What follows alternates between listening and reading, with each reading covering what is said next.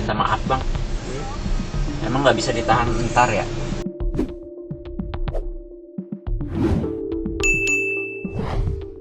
Sejoli nekat berbuat asusila di taksi online, sopir protes. Bang, gak bisa ditahan. Seorang sopir taksi online menegur pasangan penumpang yang nekat berbuat asusila di dalam mobilnya. Ia merasa risih dengan kelakuan kedua sejoli tersebut. Peristiwa asusila itu diduga terjadi di kawasan Cipulir, Kebayoran Lama, Jakarta Selatan, Selasa 10 Februari 2026 malam. Dalam unggahan video dashcam mobil, tampak sepasang kekasih tiduran di kursi penumpang.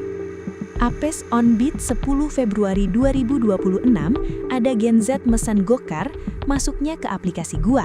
Kalau penumpang tindakan tidak terpuji di mobil gimana? Tulis sopir taksi online di akun Instagram miliknya @azmirrahmatzz, dikutip dari Warta Kota. Ketika gua menjadi penumpang di dua aplikasi ijo, gua selalu menjaga sikap.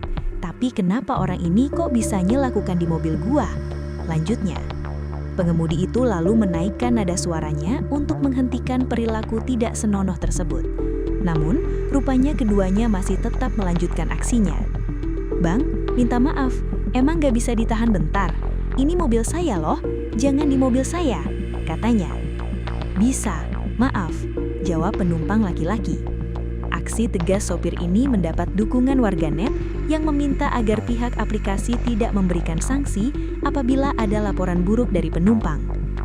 Kapolsek Kebayoran Lama Kompol Muhammad Kukuh Islami menyatakan pihaknya masih melakukan penyelidikan untuk mengidentifikasi pasangan itu.